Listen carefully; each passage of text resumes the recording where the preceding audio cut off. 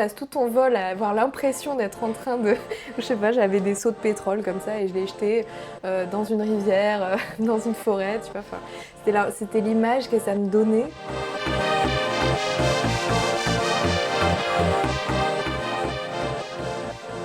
C'est ce que Mélanie a ressenti la dernière fois qu'elle a pris l'avion, il y a 6 ans. Dans cet épisode, Mélanie va notamment nous parler de l'inconfort des émotions qui l'ont traversée et comment des espaces de parole, et tant l'action individuelle que collective, l'ont aidée à dépasser son éco-anxiété, à retrouver de l'espoir, à se sentir plus alignée et à trouver de la légitimité à faire porter sa voix plus fort. Elle va aussi nous ouvrir les portes de son futur et imaginer le monde de demain sans rapport de domination. Paris recouvert de verdure et où la rencontre d'animaux sauvages est à nouveau possible. Avec ces mots, tels qu'elle le ferait lorsqu'elle anime une fresque du climat, Mélanie va nous expliquer qu'est-ce que la météo versus le climat, le dérèglement climatique et quelles en sont les causes et les conséquences. Vous écoutez Chemin Vert. Bonne écoute!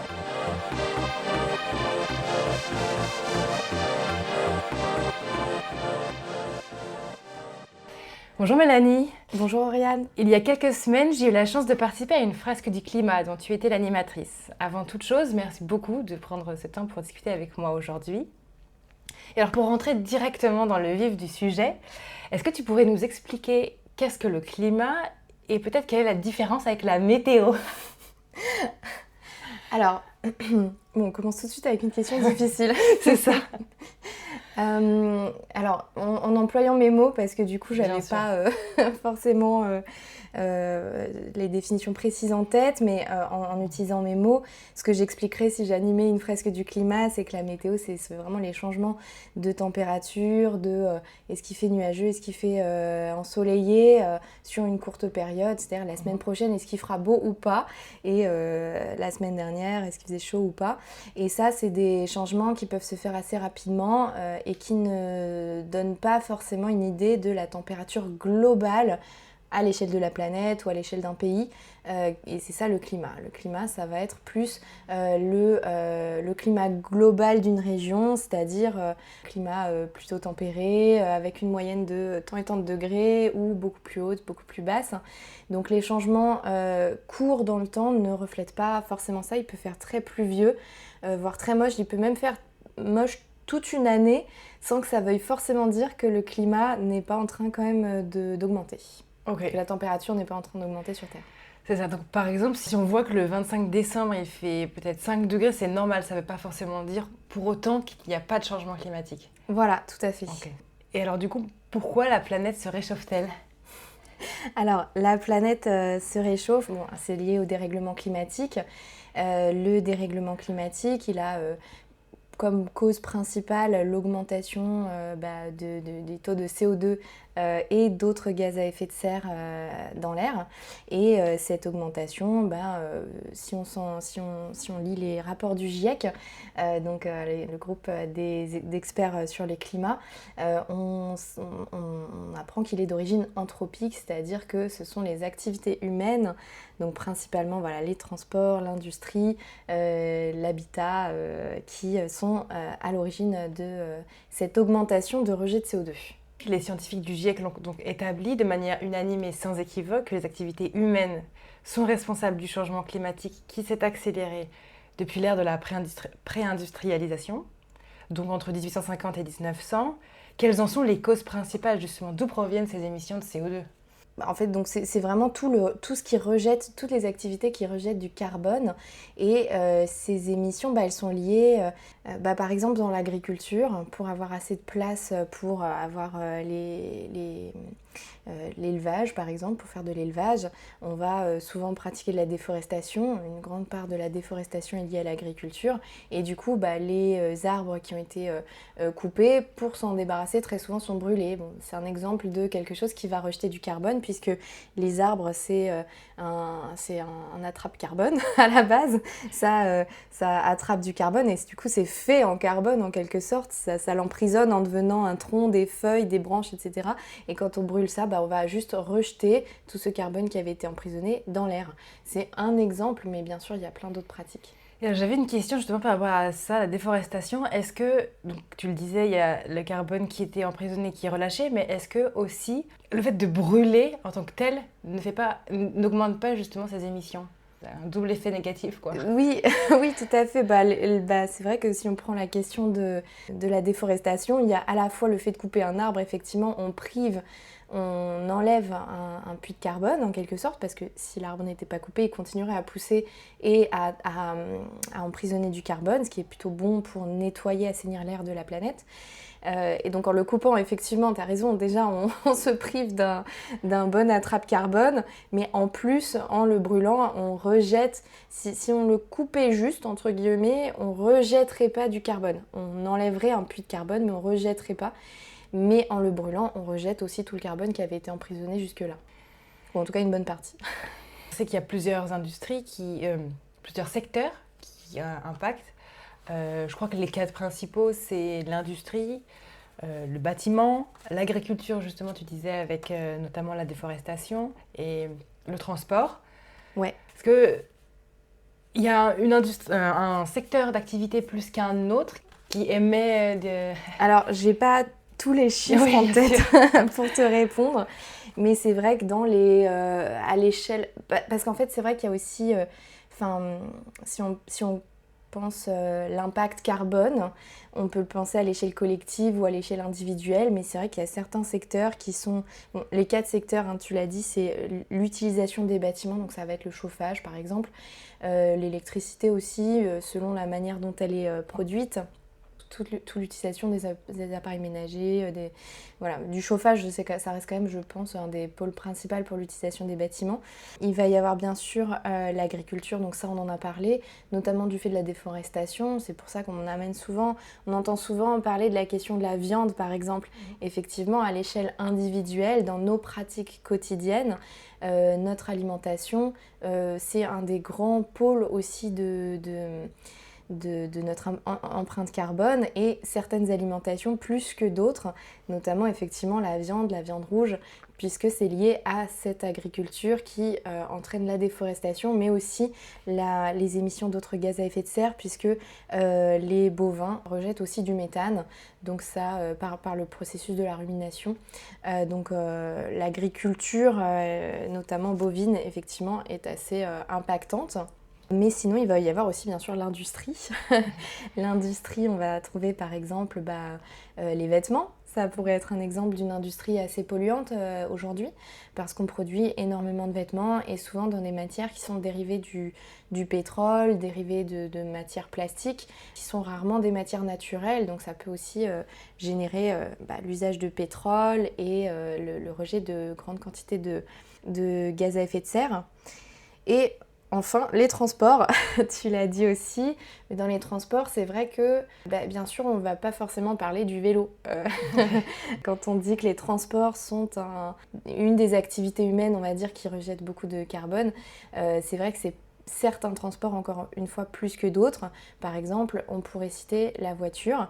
Et bien sûr, quand on dit ça, on n'oublie pas du tout que c'est pas du tout des changements qui sont faciles à faire, bien sûr. C'est pas du tout une manière de dire ceux qui ont des voitures, c'est mal, et ceux qui en ont pas, c'est bien. Parce qu'effectivement, si on vit à Paris, dans une ville qui a beaucoup de transports en commun, c'est beaucoup plus facile de se déplacer sans voiture que si on habite à la campagne.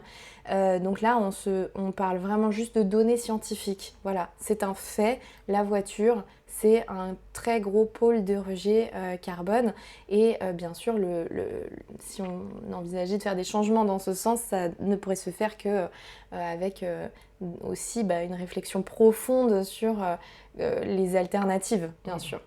Oui, justement, on en parlera un petit peu plus tard des alternatives, donc c'est super de commencer à en parler maintenant. Et j'ai vu et entendu, notamment durant la fresque du climat, plusieurs termes de changement, dérèglement, réchauffement climatique.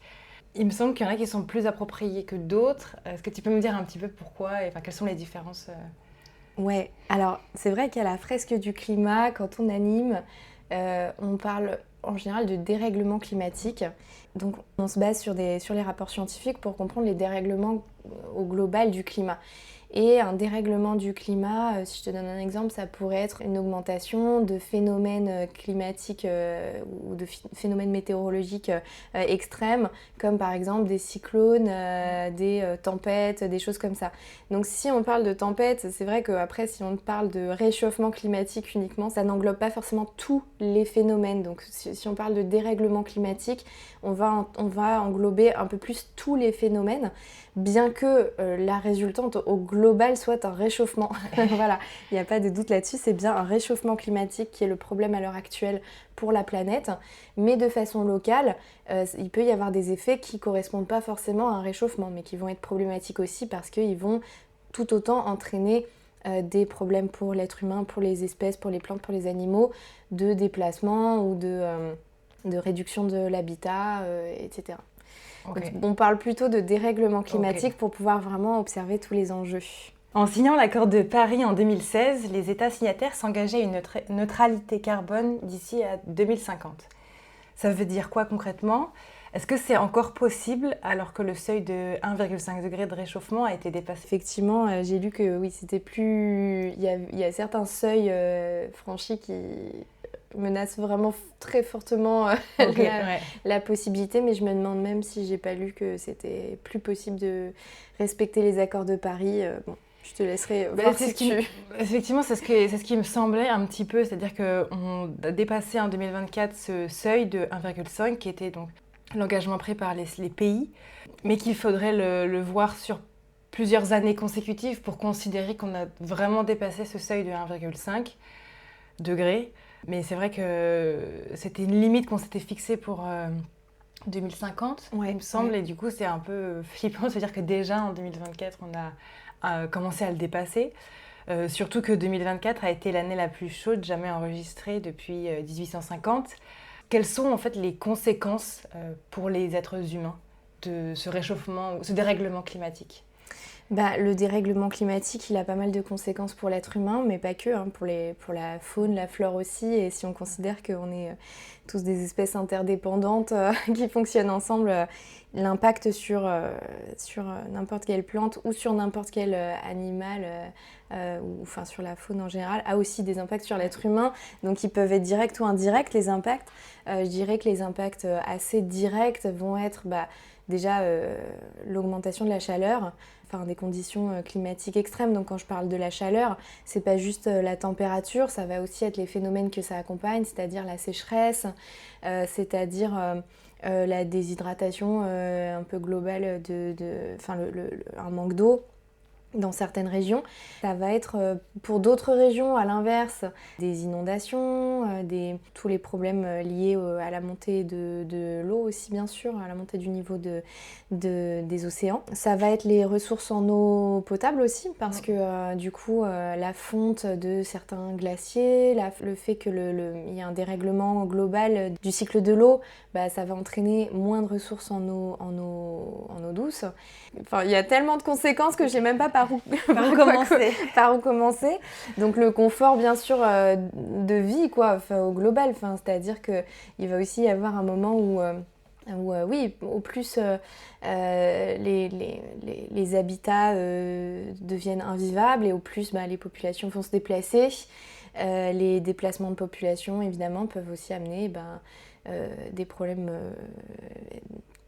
d'ordre international, de conflits, puis bien sûr le manque de ressources. Voilà. Le manque de ressources, ça peut être lié aux plantes qui peuvent pas... Alors autant c'est vrai que les humains se disent parfois avec des clims, avec des trucs, avec des machins, on pourrait peut-être s'adapter, mais on oublie un peu vite que les plantes, elles par exemple, elles n'auront pas tout ça, donc elles peuvent pas forcément s'adapter. Donc en fait, les ressources, ça va aussi être une vraie question. Au bout d'un moment, faire pousser certains fruits et légumes va devenir compliqué, etc.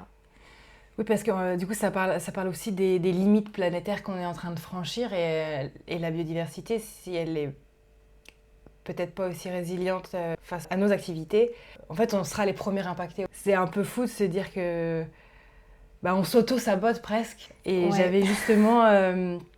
fait des petites recherches par rapport à la dernière ère glaciaire. On en avait parlé à la fin de la fresque. Tu nous avais montré des petites cartes justement de cette ère glaciaire-là. Donc je te laisse me rectifier si je dis des bêtises. Au pic de cette période glaciaire, il y a 20 000 ans, donc de nombreux pays tels que l'Amérique et l'Europe du Nord étaient recouverts de glace. Et en fait, la température moyenne était inférieure de seulement 5 degrés. Ouais. Par rapport à la période de la pré-industrialisation. Et là, si on ne réduit pas assez nos émissions carbone, on serait sur une trajectoire potentiellement d'à plus 3 degrés d'ici 2100, donc en moins de 300 ans. Donc déjà, l'écart est un peu 20 000 ans, 300 ans, déjà ça fait un peu peur. Donc ma première réaction sur ça a été la surprise. Moi, je m'attendais à des degrés bien plus importantes en fait entre ces deux périodes-là. J'avais imaginé presque une trentaine de degrés, quoi, tellement ça paraît... tu mets vraiment le doigt sur la différence entre météo et climat, là aussi. Ouais. Effectivement, la météo, s'il fait 20 degrés ou s'il fait moins 20, c'est là que tu auras une vraie différence de là, il y a de la glace partout et là, pas. Mais pour l'échelle de la planète, c'est très différent. Enfin, là, on parle vraiment de la température globale, moyenne de la planète. C'est très différent et c'est plus comparable au corps humain, par exemple.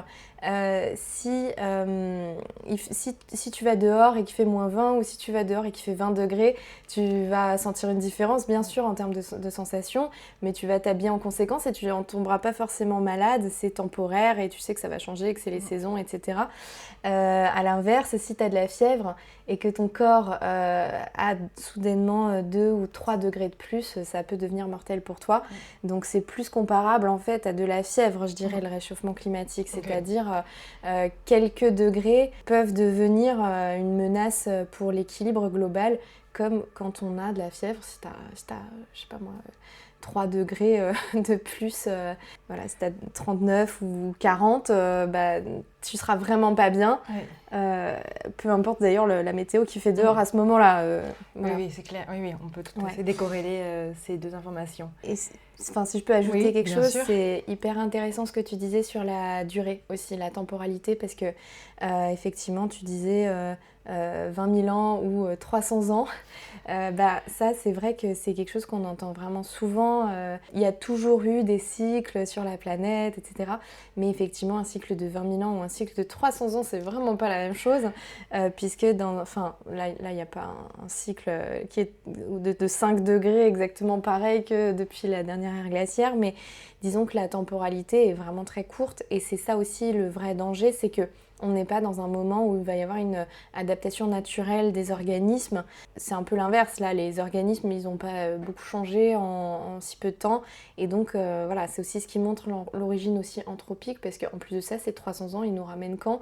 Au début de l'ère industrielle, qui est aussi connectée directement avec le réchauffement climatique actuel. Ouais. Parce que c'est vrai que si ma première réaction a été la surprise, ma deuxième a été plutôt la peur et l'anxiété, de dire ça fait flipper que justement cette temporalité dont tu parlais est si courte. À quoi on peut s'attendre dans ces cas-là ? Est-ce que ça veut juste dire qu'on ne sort plus de chez nous parce qu'il fait trop chaud ? Alors, est-ce qu'on peut encore presque survivre à 3 degrés ? J'imagine qu'on dit souvent que l'homme est résilient, mais à quel point et quelle est la limite justement de cette résilience ? Et peut-être que si l'homme est résilient, est-ce que la biodiversité le sera ? C'est pas sûr. Ouais. Donc c'est vrai que c'est un petit peu... quand tu réalises tout ça, justement, de ne pas tomber dans l'éco-anxiété. Ouais, je suis d'accord avec toi. Voilà, j'ai pas de réponse à la question. Hein. Moi, si tu veux, quand je m'imagine le futur, quand je m'imagine 2100, j'ai du mal à m'imaginer autre chose que...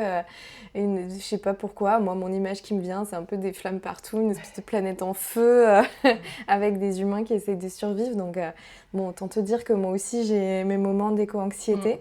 C'est vrai que j'ai réussi, je crois, moi, pour ma part en tout cas, à dépasser un peu l'anxiété là. Donc je me sens un peu comme dans un truc nouveau qui est beaucoup moins anxieux.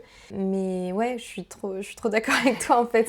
C'est dur à s'imaginer, quoi. Et justement, en parlant d'éco-anxiété, pourquoi avons-nous tant de mal à réagir, à ton avis ? Pourquoi nous avons l'impression que les choses ne bougent pas assez vite, alors que dans le dernier rapport du GIEC, les risques identifiés, rien que pour l'Europe, même pas partout dans le monde. C'est des vagues de chaleur extrêmes, la perte de la production agricole, la réduction d'eau. Ça semble urgent et pourtant très peu de changements sont mis en place.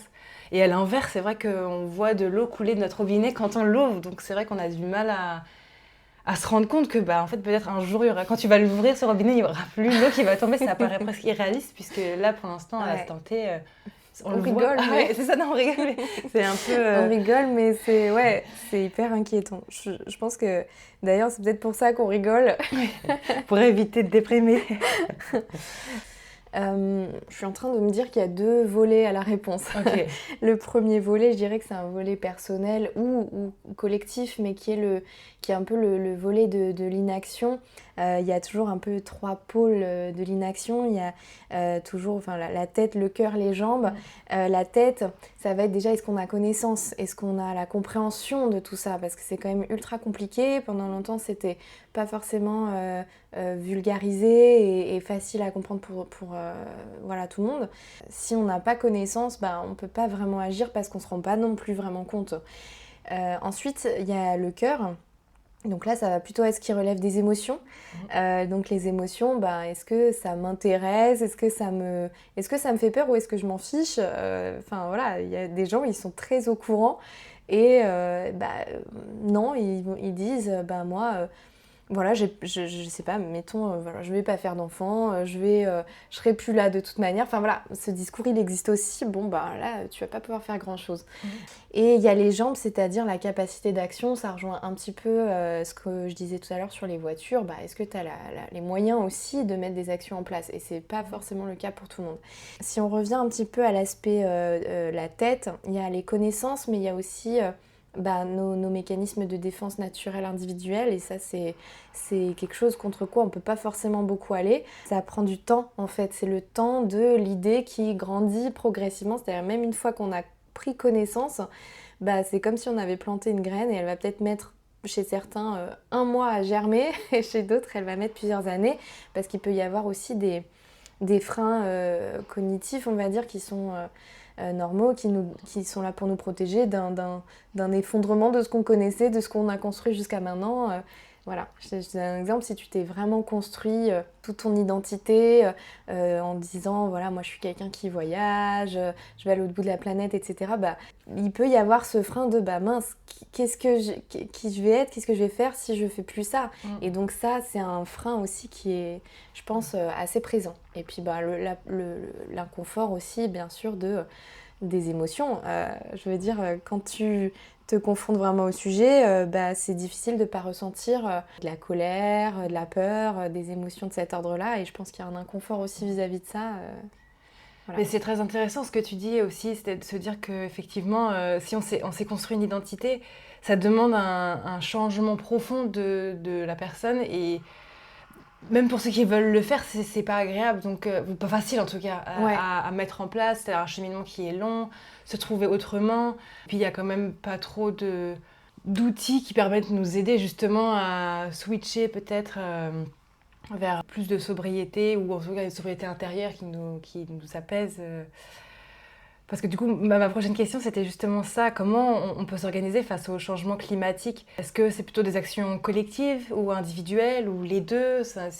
Comment toi tu vois les choses, ou peut-être comment toi tu fais ta part? Enfin, comment t'arrives toi à faire ta part peu importe l'échelle, hein, mais juste, comment tu sens aligné aussi avec ça? Super bonne question. Alors, est-ce que c'est plutôt collectif, individuel? Bon, évidemment, la réponse, c'est tout, quoi.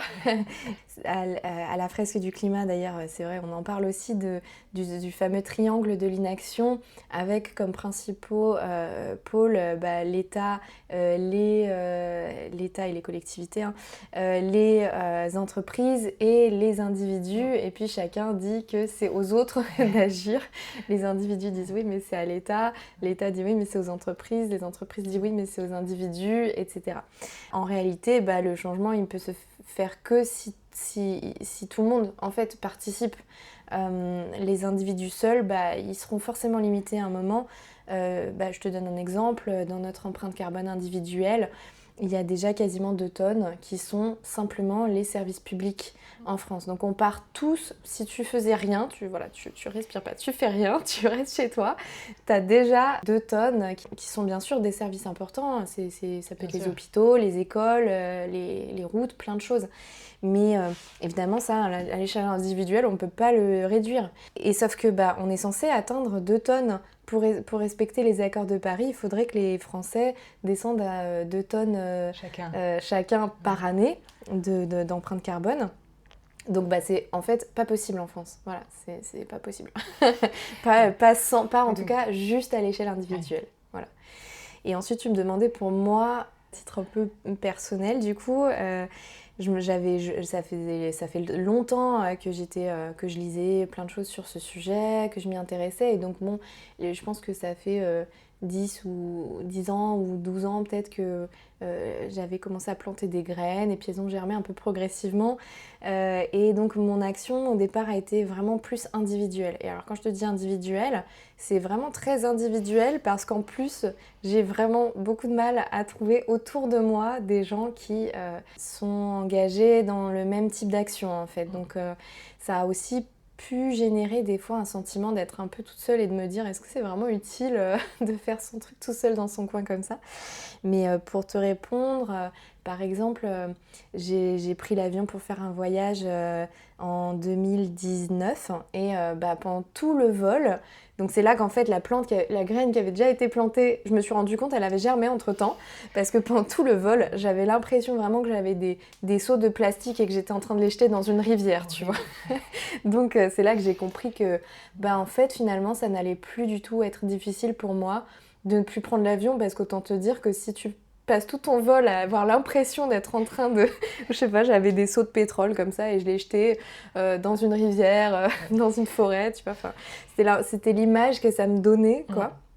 Donc pour moi du coup il y a certaines choses qui se sont mises en place presque un peu toutes seules, j'ai envie de dire, et même plus dans la souffrance parce qu'au final c'est un peu l'inverse. Une fois que j'ai arrêté par exemple de prendre l'avion, en fait je me suis sentie tellement plus alignée, je partais en vacances et je me disais waouh c'est tellement agréable, j'ai zéro cas de conscience, donc en fait ça m'a plutôt apporté quelque chose que retirer quelque chose. Si tu c'est veux. une forme de soulagement que tu as vécu en fait. Ouais, voilà, mais que j'ai pas forcément trouvé des gens avec qui la partager, cette forme de soulagement. En tout cas, moi, je vis ma meilleure vie en partant en train ou juste à pied ou en France, faire de la rando, etc. ou en partant plus. Enfin, j'ai eu une grosse remise en question sur aussi la façon dont on utilise son temps libre et je pense que j'ai l'impression que les gens avec qui je parle d'avion, ils arrivent assez vite à ce même type de réflexion.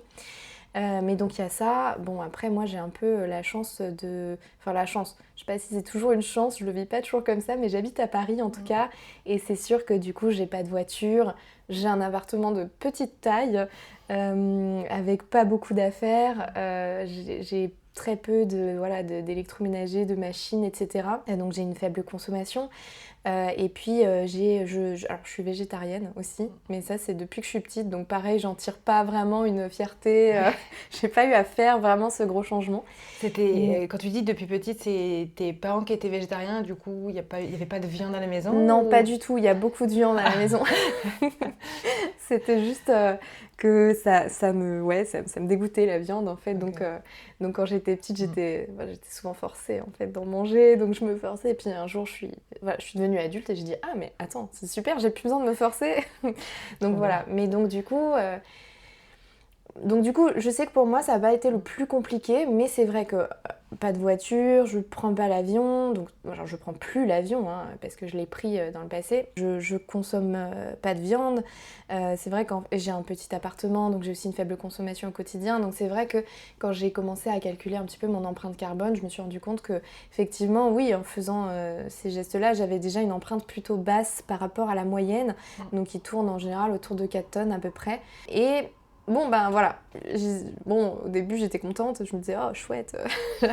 Mais en fait assez vite je me suis dit ok mais bon ça va pas changer grand chose en fait à la planète, tout ça. Surtout qu'en plus au moindre verre avec des amis à la fin des vacances, chacun parle de son voyage en avion, etc. Et je me dis finalement l'impact est peut-être faible et c'est pour ça que j'ai eu besoin de commencer à partager avec d'autres gens aussi pour mon bien-être personnel, hein, rencontrer des gens qui partagent un peu les mêmes convictions. Mais aussi, je me suis rendu compte que le nombre de verres avec des amis où au final j'ai eu l'impression d'avoir plombé l'ambiance parce que je parle de l'avion ou même pas de façon, tu vois, rentre dedans ou quoi, juste en disant ah ouais, mais vous, ça vous inquiète pas l'impact carbone de l'avion ou tu vois, juste en posant la question, j'ai senti que j'avais refroidi l'ambiance un paquet de fois. Puis il y a aussi ce truc des amis qui parlent de leur voyage et systématiquement ils se tournent vers toi et disent bon désolée Mélanie, hein, mais donc je vais raconter mon voyage. Et moi je suis là non mais t'inquiète, on est tous sur la même planète en fait, sois pas désolée pour moi. C'est tous ensemble en fait, voilà. Il n'y a pas que moi que... Enfin, t'as envie de répondre, il n'y a pas que moi que ça impacte. Qui va respirer cet air. Voilà, oui, c'est ça. voilà, c'est ça. Mais du coup, c'est le genre de phrase qui te fait te sentir... Enfin, moi, en tout cas, ça a pu me faire des fois me sentir un peu comme mise à l'écart, en fait. Parce que, non, j'ai juste envie d'entendre ton voyage. Vas-y, raconte. Enfin, j'allais rien dire. Ouais. Et du coup, je me suis dit qu'il fallait que j'enlève aussi un peu la pression de mes cercles à moi et que peut-être je participe à des projets pédagogiques, des projets de vulgarisation dans lesquels je puisse parler de ce genre de sujet et en même temps, voilà, me sentir peut-être plus sereine dans ma vie aussi au global. C'est pour ça que je me suis engagée aussi, par exemple, sur la fresque du climat. Ok. Et du coup, comment tu aimerais, alors si le champ des possibles était ouvert, comment aimerais-tu voir évoluer le monde de demain? Comment tu l'imagines? Qu'est-ce que ça serait? Alors, écoute, si vraiment je laisse parler juste mon imaginaire à moi, il y aurait effectivement... déjà en termes de paysage, il y aurait de la végétation un petit peu partout dans les rues de Paris. Moi j'imaginerais vraiment des arbres, de l'herbe et puis une petite piste cyclable, un truc et puis on pourrait se déplacer comme ça et puis bon c'est sûr que ça nécessiterait de revoir un peu ces activités à distance et d'essayer d'avoir peut-être de nouveau des modes de vie un peu plus locaux. Mais en tout cas je verrais de la végétation, je verrais une vie dans laquelle ce serait pas rare de croiser un renard, un animal dans ton quotidien en fait. Je verrais aussi une vie où peut-être on retrouve un peu du vivre ensemble à l'échelle locale, où on se parle, où on se côtoie. Et puis bien sûr où c'est un sujet qui est pas totalement celui de l'environnement mais qui est connexe à un monde où énormément de rapports de domination se seraient aussi amoindris fortement. La question de notre rapport à l'environnement, c'est aussi une question d'un rapport de domination et je pense que ça aussi c'est à revoir profondément. Les rapports de domination aujourd'hui sur la planète, ils sont de plein d'ordres différents, mais il y a celui-là ils sont tous un peu imbriqués d'une certaine manière, hein, donc un monde qui aurait évolué sur pas que ce sujet-là, parce que je pense que c'est pas possible, mais sur un peu tous les rapports de domination. Plutôt un changement systémique. Serait un changement assez systémique en fait. Ouais. Si je peux Bien sûr. ajouter quelque chose, ta question elle me fait penser à la fresque des nouveaux récits, que je recommande presque à chaque fois pendant la fresque du climat d'ailleurs aussi, où on réfléchit un peu justement à construire des récits sur les changements systémiques qui pourraient avoir lieu et comment ça pourrait être sympa et comment ça pourrait être un vivre ensemble agréable et tout. Et c'est un peu l'idée de sortir de l'idée que forcément les alternatives à notre mode de vie d'aujourd'hui sont forcément hyper moroses et tristes et on est triste chacun dans notre coin. Et oui, parce qu'on a un peu l'impression qu'on ne pourra plus rien faire qui nous fait plaisir. Voilà, en fait que l'écologie c'est punitif. Ouais. Alors que j'ai plutôt l'impression que ça permet justement un réalignement de chacun. Je pense aussi. Et sauf que de le voir comme une punition, effectivement, c'est pas... Comme une contrainte, une punition, c'est... Du coup, t'as pas envie de le faire ou tu te sens obligé et tu trouves pas la raison pour laquelle il faudrait le faire. Et hier, j'ai vu une émission de Blast avec... elle vient juste de sortir, donc je sais pas si tu l'as vue, où Paloma Moritz interview Nelly Pons, qui est l'autrice du grand livre Le Grand Effondrement, où elle fait un parallèle entre le burn-out qu'elle a vécu et ce que vit la société. Elle y décrit la société comme étant complètement épuisée, tout simplement. Elle n'est pas à l'écoute de ses propres limites, comme les êtres humains ne sont pas capables d'écouter les signaux de notre corps et ses limites. Et j'ai trouvé ça hyper pertinent, c'est-à-dire qu'en fait, on se croit supérieur, on n'a pas de limites, il y a vraiment une forme de concurrence, c'est que le meilleur gagne, et on fait un peu la même chose avec la planète. On pille toutes les ressources sans penser qu'à un moment donné, la planète, elle peut peut-être tout simplement faire un burn-out aussi, et qu'on marche un peu sur la tête. Enfin, moi, j'ai l'impression que... Et pour revenir sur ce que tu disais tout à l'heure, de se sentir parfois un peu seule, moi, au début, je me suis presque posé la question en me disant... Mais est-ce que c'est pas moi qui délire complètement? Est-ce que je sais pas, si tout le monde autour de moi vit comme s'il n'y avait pas de problème et comme si tout allait bien, peut-être que c'est moi aussi qui vrille un petit peu. Et du coup, c'était une de mes questions justement, est-ce que tu as réussi à trouver une communauté avec qui parler de tout ça? Ou des gens avec qui tu as l'impression que justement tu te sens bien et à ta place? Ouais. Bon, c'est hyper intéressant tout ce que tu dis. Je trouve que ça fait écho avec un peu ce qu'on disait aussi avant de commencer l'enregistrement du podcast sur les quêtes de sens individuelles, etc. C'est un truc que je remarque vraiment beaucoup aussi. Enfin, je sais pas toi, mais moi j'ai l'impression qu'autour de moi, énormément de personnes sont en quête de sens, enfin, je sais pas s'il y a plus de burn-out aujourd'hui que dans le passé. Peut-être que juste dans le passé, les gens n'en parlaient pas et qu'il y avait aussi un truc de... la vie est une souffrance et c'est comme ça, quoi. Mais c'est clair que... je pense qu'on se rend compte quand même un peu que le mode de vie actuel... il est plus du tout propice à l'échange. Enfin, si tu regardes dans le métro à Paris, tout le monde est dans son téléphone et des fois quand je regarde le truc en me distançant un peu, je me dis mais on est vraiment pas loin de, tu sais, Wall-E, où ils sont tous sur leur tablette. Enfin, moi ça me rappelle Wall-E, des fois je me dis mais en fait Wall-E c'est censé se situer dans je sais pas combien de temps, 800 ans, quelque chose comme ça, ou peut-être encore plus longtemps que ça. Et sauf que des fois je me dis non, en fait quand tu regardes j'ai l'impression que c'est pas si loin, quoi. Personne se parle et tout le monde est dans sa vie virtuelle, quoi. Et puis tu te dis ce que ça consomme un téléphone, ce que ça représente en extraction, tu sais, de métaux spécifiques, etc.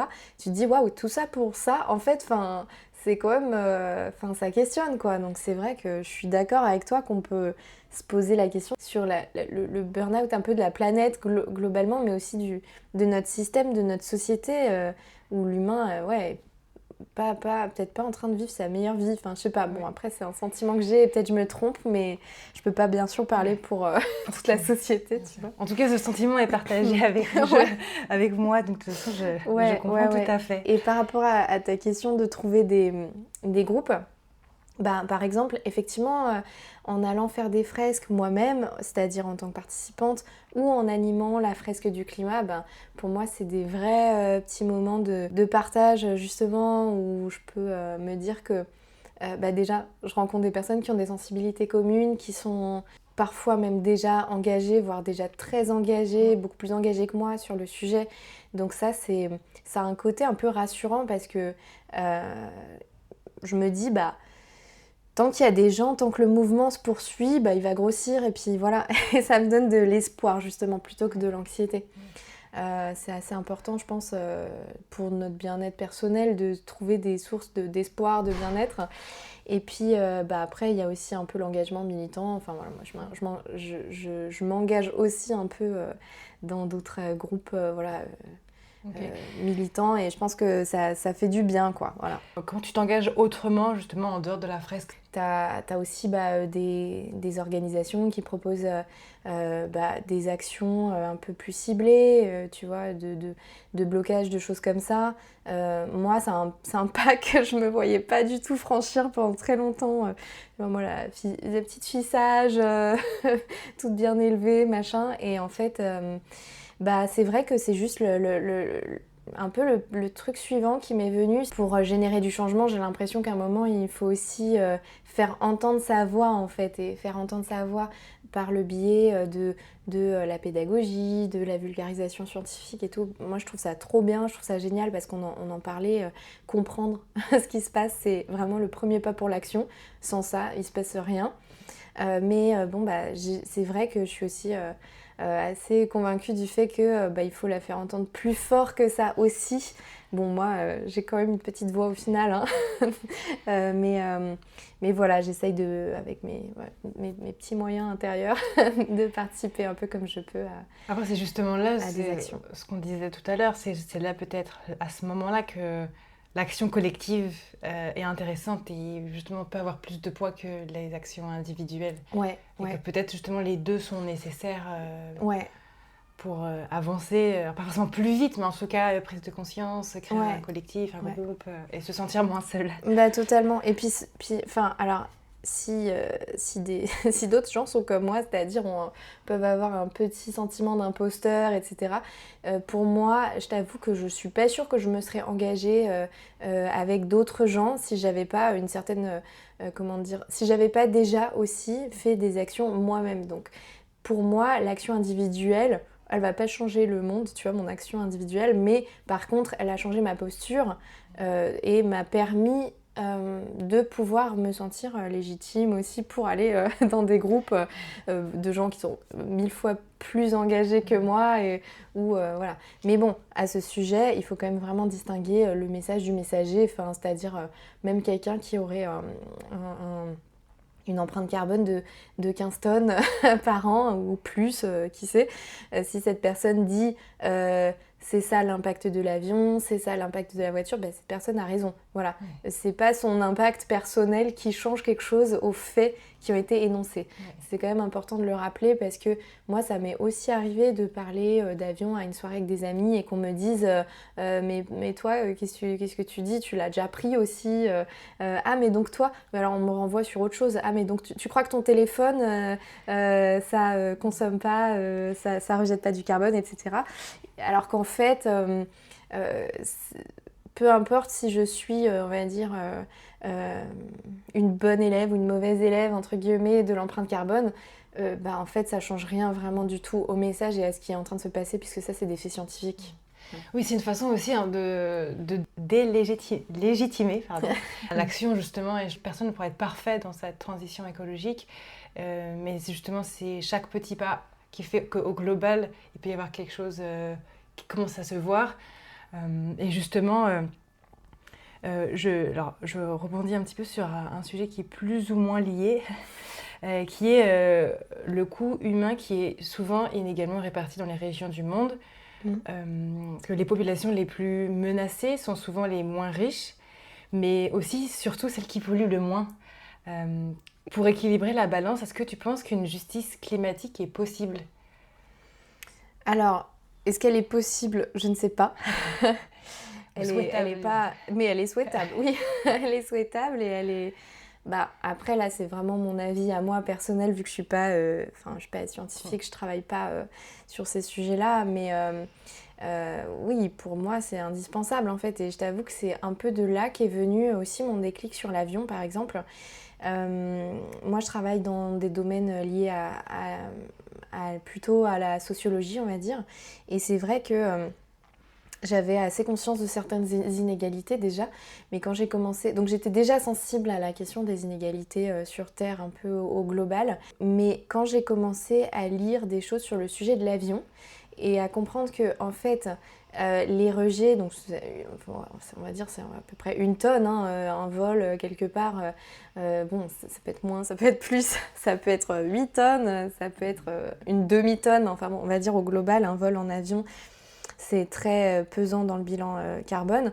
Et j'ai compris qu'en fait, les populations qui étaient les plus touchées, parce que vivant dans des zones de la planète qui vont être les premières touchées par le réchauffement climatique, soit à cause de la montée des océans, soit à cause du climat qui est déjà très chaud par exemple, ou qui est déjà sensible aux phénomènes climatiques extrêmes, c'est eux qui en fait vont être les premiers touchés, et c'est eux qui auront en plus le moins de moyens pour faire face. C'est-à-dire que autant t'entends parfois un Européen, un Américain qui dit « Oh, la clim, c'est bon, ça va tout régler ».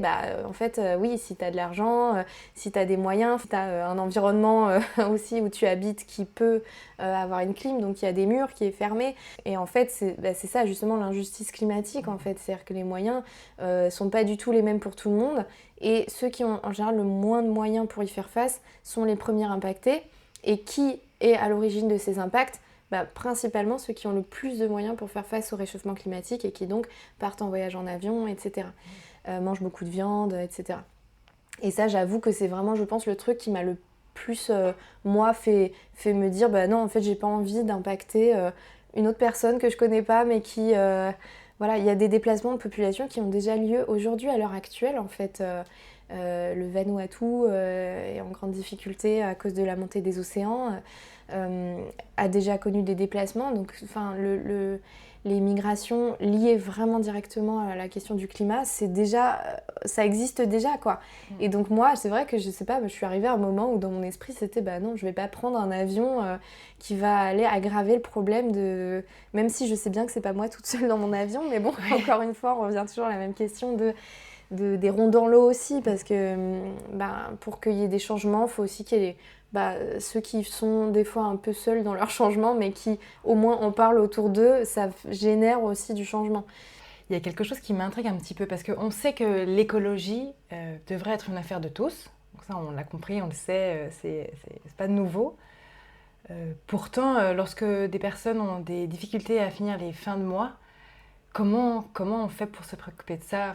C'est quand même plus difficile. On ne peut pas se dire je vais aller acheter mes vêtements à 45 € le jean alors que je peux à peine me payer, finir mes courses ou acheter du bio justement. Comment on peut emmener tout le monde sans laisser justement personne derrière dans ces changements-là Ouais. Oui, tu as raison. Quand tu parles de justice climatique, il n'y a pas d'ailleurs besoin du tout d'aller voir à l'autre bout de la planète. Effectivement, c'est une vraie question, c'est super important parce que ça rejoint un peu ce que je disais, c'est est-ce qu'on a les moyens aussi d'agir? C'est vrai qu'on peut pas... c'est compliqué de pointer du doigt quelqu'un qui n'aurait aucune action de réduction de son empreinte carbone, par exemple, alors que cette personne est complètement en train de crouler avec un revenu peut-être pas très élevé, des charges, etc. Et bon, je pense que ça rejoint un petit peu la question justement déjà des changements de mode de vie, mais qui passe aussi par faire savoir aux gens leurs possibilités, parce qu'il y a aussi ça, quelqu'un qui est peut-être en difficulté, mettons, financière, par exemple. Il y a plein d'autres formes de difficultés, mais mettons en difficulté financière ou avec des revenus qui correspondent tout juste à ce dont la personne a besoin. Est-ce que cette personne a le temps déjà vraiment et la disponibilité mentale pour s'intéresser au sujet? Donc déjà, il va y avoir une question de est-ce que vraiment le sujet est amené de la même manière à tout le monde? Est-ce qu'il est possible pour tout le monde d'avoir accès à ce sujet, à la connaissance sur ce sujet? Donc il y a un peu cette question qui se pose. Puis ensuite, il y a la question effectivement des moyens. Et ça, en fait, ça revient encore une fois à la question de l'action groupée entre les individus qui le peuvent, qui ont la possibilité, les ressources, et ensuite les collectivités, les entreprises qui ont des possibilités de faire avancer aussi la société dans un ensemble plus global et de répondre peut-être à ces différences-là au sein de la société en apportant peut-être plus de ressources là où il en manque, etc. Après, oui, ça pose une vraie question. C'est une question... Ouais, j'ai pas plus de ressources pour en parler. Non, mais c'était déjà parfait, ta réponse. Du coup, effectivement, là, on parlait de justice climatique, mais il y a aussi de justice sociale. Et est-ce que tu as l'impression que les enjeux sociaux auxquels fait face notre société, comme on disait notamment la pauvreté, l'exclusion sociale, sont liés d'une manière ou d'une autre à la crise écologique que nous vivons? Est-ce qu'on peut faire un parallèle? Est-ce que justement tout serait pas lié et que c'est ce que je disais tout à l'heure par rapport au changement systémique. Est-ce que justement ça pointe pas du doigt quelque chose Moi je dirais que tout ça a un point commun, mais qui n'est pas directement du coup la crise climatique, mais qui est un peu ce que je disais tout à l'heure. Bon, c'est peut-être pas du tout étayé scientifiquement hein, ce que je vais dire, mais qui pour moi sont un peu les systèmes de domination actuels. Et je pense que sans déconstruire les systèmes de domination, qui incluent du coup le sexisme, le racisme, les pressions mises sur l'environnement, sur la planète, la façon dont on considère les animaux, la façon dont on considère un arbre, sans déconstruire vraiment au global nos systèmes de domination, qui domine, qui est dominé, pourquoi, d'où ça vient dans l'histoire, etc. J'ai l'impression qu'on ne pourra pas régler juste un aspect en fait. Au détriment de l'autre, sinon peut-être. En fait, c'est ça le risque aussi. Ouais, tout à fait, ouais. Pour finir dans ce thème un peu de justement justice sociale et écologie, est-ce que selon toi, plus d'écologie pourrait induire à plus de justice sociale et si oui, comment ? Tu veux dire si on diminuait au global, si on parvenait en fait, un peu au global à diminuer nos émissions par le biais des transports, des industries, des activités humaines en général, de l'agriculture, etc. Donc s'il y avait des grosses évolutions sur l'impact carbone global des Français, on va dire, est-ce que ça générerait plus de justice sociale ? Est-ce qu'on peut y voir un lien ? Alors moi, mon intuition me donne l'impression que oui, carrément. Maintenant, je ne sais pas s'il y a des données là-dessus. Enfin, de toute manière, ça a été quand même montré par le GIEC que les inégalités sociales et l'environnement et les problématiques actuelles de l'environnement sont liées. Donc j'imagine que du coup, oui, si on arrive à avancer d'un côté, on avance de l'autre. Je ne sais pas si on peut avancer d'un côté sans avancer de l'autre, en fait. Je ne sais pas s'il y a un qui peut venir avant l'autre. Mais oui, en tout cas, je pense que oui, clairement, ça... Ouais, parce qu'en fait, beaucoup aussi des produits ou des éléments qui vont peser très lourd dans le bilan carbone. Je vais garder la voiture de côté parce que la voiture, c'est pas forcément un élément plaisir, on va dire. C'est quand même un élément qui est indispensable pour certains Français, comme la France a été construite à l'heure actuelle avec des magasins des fois à l'extérieur des villes, etc. Bon, on a construit en fait vraiment les infrastructures à un moment donné pour la voiture. Donc bon, je vais garder ça un peu de côté, mais si tu prends l'avion ou la consommation de beaucoup de viande, par exemple, à chaque repas, ou en tout cas plusieurs fois par semaine, c'est, contrairement à ce que beaucoup pensent, ça reste en fait quelque chose que seule une certaine proportion des Français peut faire en fait. Alors j'ai plus maintenant les chiffres en tête, mais prendre l'avion, il me semble que ça concerne que quelques dizaines de pourcents de Français. En tout cas le prendre régulièrement, comme si c'était quelque chose de vraiment normal pour ces voyages. Donc évidemment que si tu ralentis ça, quelque part tu ramènes de la justice climatique parce que tu vas recréer forcément des nouvelles alternatives, une nouvelle vision du voyage qui sera peut-être accessible à tous, et donc t'auras forcément moins cet effet de t'as un groupe qui est un peu sur la touche quoi, et un autre qui a un super feed Instagram et tout, et puis et d'autres qui aimeraient accéder à ça mais n'y arrivent pas, et donc ça génère aussi un sentiment d'injustice bien sûr. Donc ouais, je me dis que oui. Et ouais, si tu remplaces la viande accessoirement, c'est un produit qui est très cher, la viande. Alors, non, maintenant il y en a de la bon marché, mais en fait, là aussi, ça pose vraiment cette question de la justice sociale et qui a accès à quoi. Si tu commences à proposer vraiment plus d'alternatives, c'est pas que proposer les alternatives, c'est aussi dire, rendre... J'allais dire rendre les légumes plus sexy, mais c'est ça. Enfin, je veux dire, tu vas dans une boutique avec des livres de recettes, combien il y en a où il y a des recettes, c'est quoi la proportion de recettes qui incorporent de la viande, et celles où il n'y en a pas, je pense que c'est une écrasante majorité de plats et de recettes qu'on va te proposer avec de la viande. Donc quand tu es végétarien, t'as déjà un problème d'idée en fait. Avant même, c'est même pas forcément le fait de trouver les produits ou pas dans les magasins, c'est qu'est-ce que je vais faire.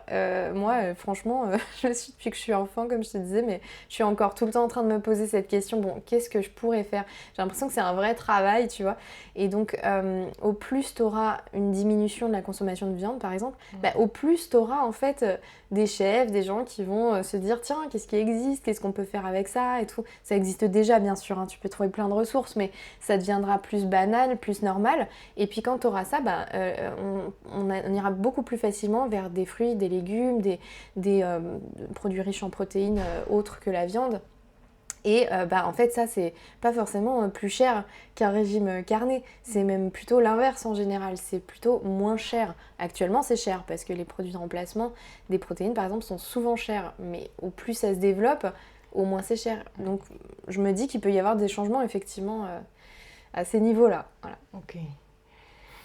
Et alors, on a beaucoup parlé climat, justice climatique et justice sociale. Mais pour revenir un tout petit peu sur la fresque du climat, est-ce que tu pourrais nous expliquer en quelques mots ce que c'est pour celles et ceux qui n'y ont jamais participé? Ouais. Alors, la fresque du climat, du coup, c'est un atelier qui se déroule en 3 heures, qu'on peut faire un peu partout. Hein. Il faut juste aller sur le site de la fresque du climat ou sur différentes plateformes, on peut trouver des ateliers près de chez soi. C'est sûr qu'en région parisienne, ça va être plus facile de trouver un atelier dans pas trop longtemps et peut-être que dans d'autres régions en France, ça va être un peu plus difficile. Mais en tout cas, ça existe quand même partout et dans plusieurs pays.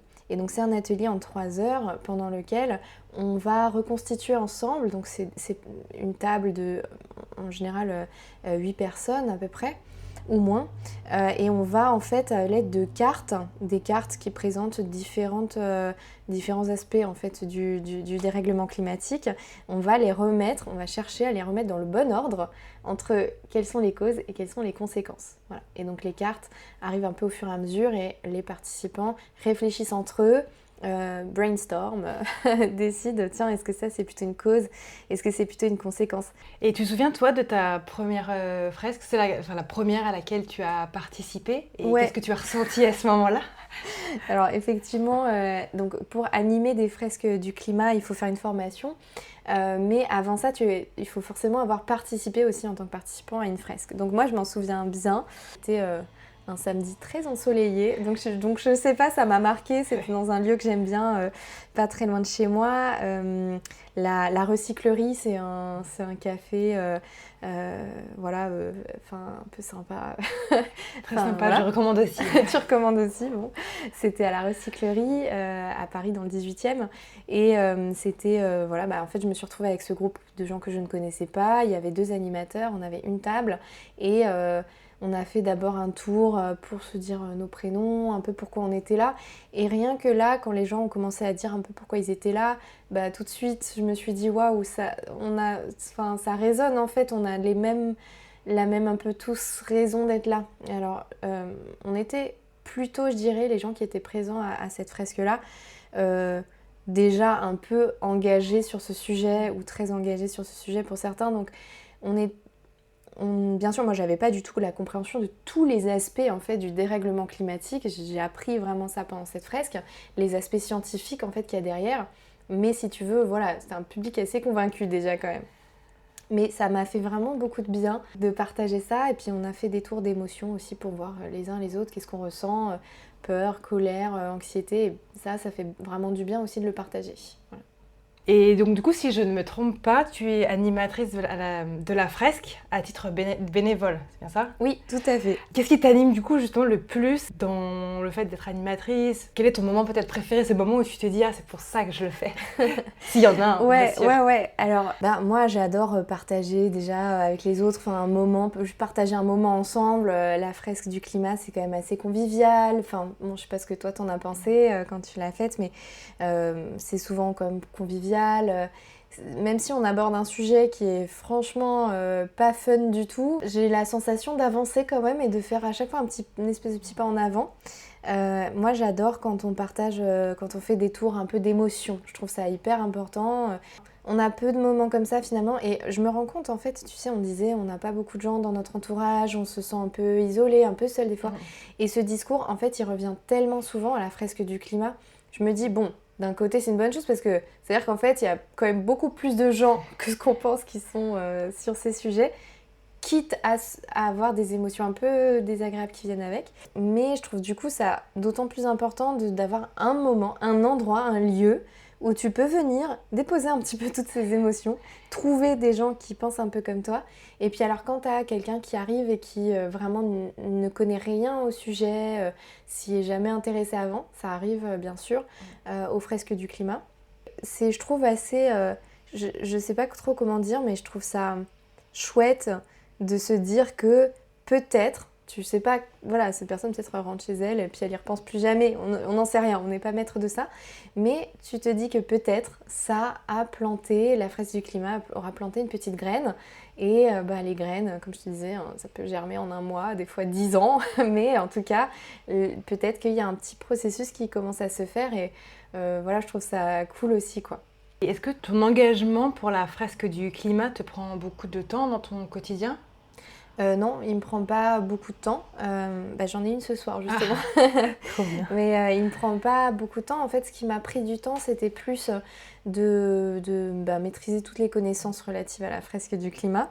Voilà, apprendre exactement d'où viennent les émissions, c'est quoi les puits de carbone, enfin voilà, toutes ces notions un peu scientifiques qu'il faut comprendre pour animer une fresque du climat. Mais il n'y a pas besoin d'être scientifique à la base. Mais du coup, effectivement, pour moi qui ne le suis pas, ça m'a demandé quand même beaucoup de travail pour bien comprendre toutes ces notions et pouvoir ensuite les partager d'une manière à peu près compréhensible et faire la formation, voilà. Mais sinon, ensuite, tu peux, en fait, quand tu es fresqueur ou fresqueuse, tu peux en faire autant que tu veux. C'est-à-dire, si tu es ultra motivé et qu'il y a de la demande aussi, parce qu'il y a ça aussi, tu peux en animer plusieurs par mois. Si tu as moins de temps parce que tu as un boulot prenant à côté, tu peux en animer une tous les 3 mois, tous les 6 mois si tu veux. Tu choisis au final. Oui, tu choisis. Il y a en fait...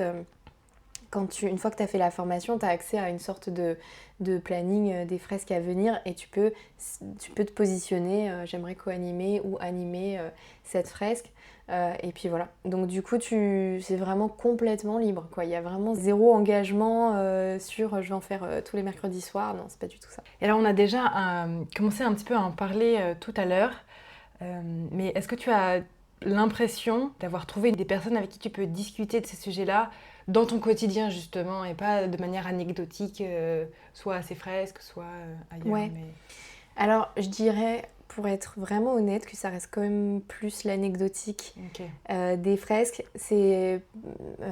Alors aux fresques que j'ai fait, on est toujours allé se boire un verre entre animateurs après la fresque par exemple. Donc ça évidemment c'est hyper sympa et c'est un vrai moment d'échange. Dans d'autres cercles que je fréquente, pareil, mais c'est vrai qu'au-delà de ça, dans mon quotidien, pas tellement. Mais par contre, ce qui a changé, je dirais que c'est que ça me pèse moins. Ça me pèse moins parce que j'ai un peu relâché la pression sur oh mon Dieu, personne n'agit, enfin voilà. Et puis... en plus de ça, le temps passant, parce que par exemple là ça fait quand même 6 ans que je prends plus du tout l'avion moi et de façon assez affirmée, donc en fait mine de rien je commence à me rendre compte que ce truc que je pensais faire toute seule dans mon coin et où je trouve très peu d'écho à ça, à force de raconter mon super voyage en train où j'ai fait 50 heures de trajet pour aller je sais pas où et c'était fun, qui reste un voyage privilégié mais en termes d'impact carbone, je raconte certains trucs que j'ai pu faire où j'étais vraiment alignée sur ce plan-là. En fait, je me rends compte que là, il y a des fois des amis qui commencent à me dire tu sais, j'avais une réunion avec le boulot, ils m'ont dit qu'ils me payaient l'avion, mais j'y suis allée en train. Alors, du coup, je pense que les gens le font pour eux en réalité, pas pour moi, mais le fait qu'ils soient contents de me le dire, je me dis, est-ce que peut-être, je sais pas, à force de raconter, est-ce que j'ai participé peut-être à, tu vois, c'est peut-être un peu... Peut-être une forme d'influence un petit peu, ouais, montrer le chemin. Oui, peut-être que j'ai envie de me dire que j'ai un peu participé, alors c'est peut-être pas du tout le cas, mais bon, peu importe en fait, on s'en fiche d'où vient de toute manière la prise de conscience. Dès qu'il y a un tout petit truc comme ça, c'est un peu isolé, tu vois, mais n'empêche que je me sens tout de suite, je me dis, ah bah là, on commence à être 2 là quand même, ou 3 ou 4, enfin, même si c'est pas toujours dit comme tel, ou tu vois... Et est-ce qu'à l'inverse, tu as l'impression parfois que des fossés peuvent se créer avec justement ton entourage parce que justement que tu n'as plus envie de partager ces mêmes discussions-là? Est-ce que tu as l'impression que ça a pu influencer aussi à l'inverse Bah ouais, en fait je dirais que c'est quand même ça l'effet majoritaire en fait, malheureusement même. Enfin malheureusement. C'est comme ça, tu vois, mais c'est vrai que moi je ressens quand même qu'il y a certains sujets où bon, ça commence à être pour moi tellement dépassé. Là, cette réflexion, je l'ai eue depuis tellement longtemps que quand vraiment j'ai certaines personnes de mon entourage qui parlent encore vraiment sans aucune considération pour l'environnement ou pour d'autres systèmes de domination, c'est vrai que maintenant ça peut devenir des fois un truc où je vais ressentir un fossé, où je vais plus forcément en parler, parce que il y a eu des moments où je pouvais être très cash, pas que sur l'environnement, mais ouais, sur le sexisme, sur le racisme, sur des formes de discours banalisés en fait. Que j'entends, et puis il y en a sans doute plein que j'entends pas parce que moi aussi je suis sur un chemin de déconstruction aussi de plein de trucs, mais c'est vrai que maintenant ouais, il y a des trucs où juste je me dis bon, cette personne, si c'est quelqu'un que je connais depuis très longtemps, bon c'est un peu différent, tu vois, si on a déjà une amitié, voilà, mais si c'est quelqu'un que je viens de rencontrer, bah oui, ça peut clairement jouer sur le fait que je vais peut-être pas forcément m'investir tu vois, dans une relation avec cette personne, parce que je me dis, bon, on va juste pas se comprendre, en fait, voilà. Du coup, on est un peu plus exigeant pour les relations à venir, peut-être. Ouais. Ok. Et pour finir, quel conseil donnerais-tu à une personne qui commence à s'intéresser au climat et à l'écologie de manière générale, et inversement, comment essayer d'atteindre ceux qui ne veulent pas écouter? Ouais. Alors, pour ceux qui commencent un peu à s'intéresser, bon, bah, je dirais... être à l'écoute de ses émotions déjà, parce que il y a sûrement plein d'émotions qui traversent ces personnes, et sûrement des envies des fois de juste plus du tout y penser, de dire ah j'aurais pas dû aller sur ce sujet, allez je vais arrêter d'y penser quelque temps. Et ça juste c'est normal, donc il faut l'accepter en fait, je pense c'est bien d'être bienveillant avec soi-même, voilà. C'est bien d'être bienveillant avec soi-même, et puis sinon bah après voilà, faire des petits pas, j'ai l'impression que quand on est prêt, le changement se fait tout seul. Donc il faut juste continuer ses lectures, peut-être voilà, pas se mettre une pression de dingue, continuer ses lectures, continuer son chemin de pensée. Et à un moment, certains trucs se feront tout seuls parce que ça deviendra évident, parce que le cerveau sera arrivé à ce moment où il est prêt. Enfin, comme ce que je te disais sur l'avion où j'ai fait ce vol, où j'avais vraiment, mais j'étais dans mon siège et j'avais l'impression vraiment de faire le pire truc. Et du coup, en fait, il n'y avait plus de questions après pour moi. Ça n'a plus du tout été un sujet. Alors qu'avant, ça me semblait un énorme sujet. Je me disais, oh là là, j'arrête pas l'avion, je pourrais jamais. Voilà. Aussi, se dire que c'est un chemin. Hein. Enfin, je veux dire, moi, par exemple, je rêve d'aller en Nouvelle-Zélande et au Japon.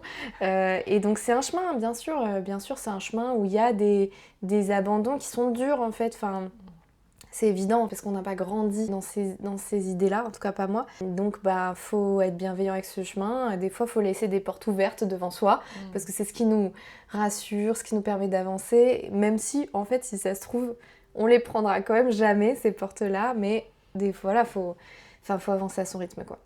Et puis sinon, ton autre question, c'était... À l'inverse, comment essayer d'atteindre ceux qui ne veulent pas écouter?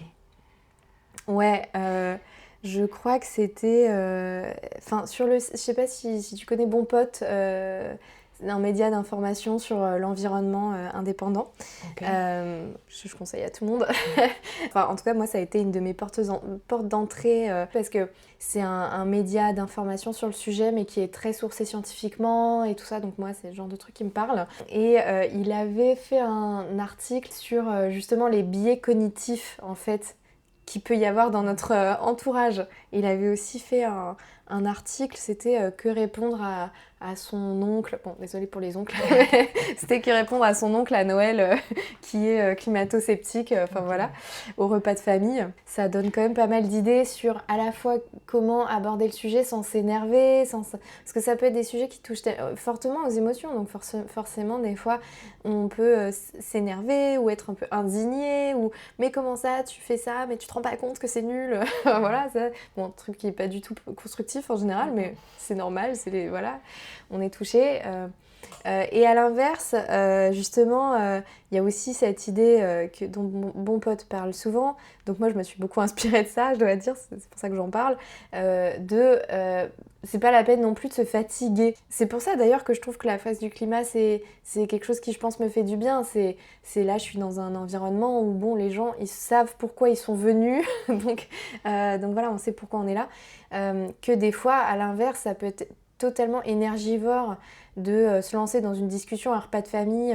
Donc bon, moi j'ai un peu arrêté de vouloir justement toucher, connecter ce sujet avec des gens qui en ont vraiment zéro envie. Et maintenant j'arrive à sentir quand il y a une petite ouverture, je me dis bon, allez, reste pas dans ton coin toute seule. T'as le droit de parler de l'avion, t'as le droit, parce qu'à une époque je me censurais totalement sur ces sujets parce que justement je m'étais rendu compte que je plombais l'ambiance et ça me touchait trop, et du coup j'en parlais jamais. Voilà. Je me disais je fais dans mon coin et j'en parle pas. Mais en fait j'ai compris à un moment que ça devenait vraiment problématique, que quelqu'un qui prend pas l'avion n'ose pas en parler et se taise pour laisser la place à tout son groupe d'amis qui sont en train de dire moi j'étais en week-end je sais pas où, moi j'étais voilà, voir un truc super spécifique, un tableau à New York pendant 3 jours. Je me suis dit que si c'était juste une question d'opinion, voilà, mais là c'est vraiment des chiffres, enfin c'est chiffré, etc. Donc c'est problématique que je me sente moi dans une position où je me censure. Et donc je me dis maintenant, ok, si tu sens que tu as quelqu'un en face de toi qui est ouvert, oui, ça plombera peut-être un peu l'ambiance, mais bon, voilà, si tu veux dire que tu as une certaine vision, vas-y, voilà, j'essaye, c'est un peu des fois, je marche sur des œufs, quoi.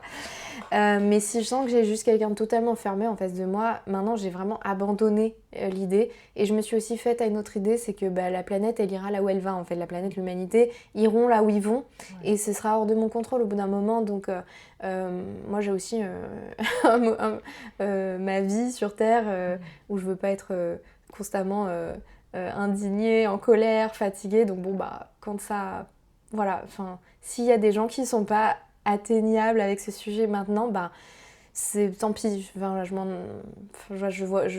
sais même pas ce que je pourrais faire. Donc, Écoute, merci beaucoup Mélanie d'avoir accepté de répondre à mes questions, et belle journée à toi. Merci Oriane, et belle journée à toi aussi.